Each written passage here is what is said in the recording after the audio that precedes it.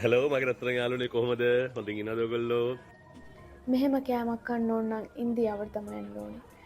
තන්දුරි රොටි, සබ්ජි, කරීස් එක්කලා හොඳට බඩ පැලෙන්න රස කෑමක් කන්න පුළුවන්. ඊට පස්සේ ඉන්දියන් බ්‍රෙක්ෆස්ට් එක පෝහා.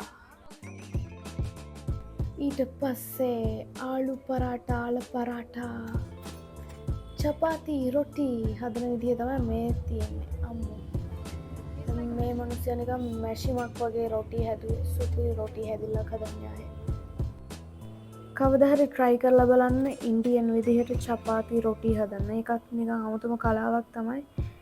අර බෝලයක් වගේ පිම්බිලා යනකොට එහෙම තියෙන ලස්සන බලන්න. ඒ වගේම තමයි රසත්. පනීර් එක්කලා අම්මෝ මතක් වෙනකොටත් කටට කෙල උනනවා. මේ මල්ලඟ තිබ්බ හැම කෑම වීඩියෝ එකකින්ම ඔක්කොම එකතු කරලා තමයි මේ වීඩියෝ එක හදන්නේ. මේ තියෙන නන් වෙජ්. අම්මෝ නන් වෙජ් කන්න ඕන නම් චිකන් අනම්මනම් කන්න ඕනේ නම් දිල්ලි තමයි යන්න ඕනේ.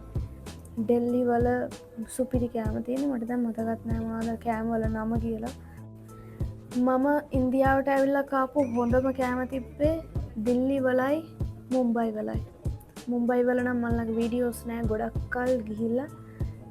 ඊට පස්සේ චෝලේ කුල්ෂේ කියලා තමයි මේවට කියන්නේ. මොනවද දන්නේ එනත් සුපිරි කෑමක්. ඒකත් මාර රසයි. මේක ස්ට්‍රීට් ෆුඩ් එකක්. වැඩි වැඩියෙන් කෑම කන්න ලැබේවා කියලා ප්‍රාර්ථනා කරන්න. බයි බයි.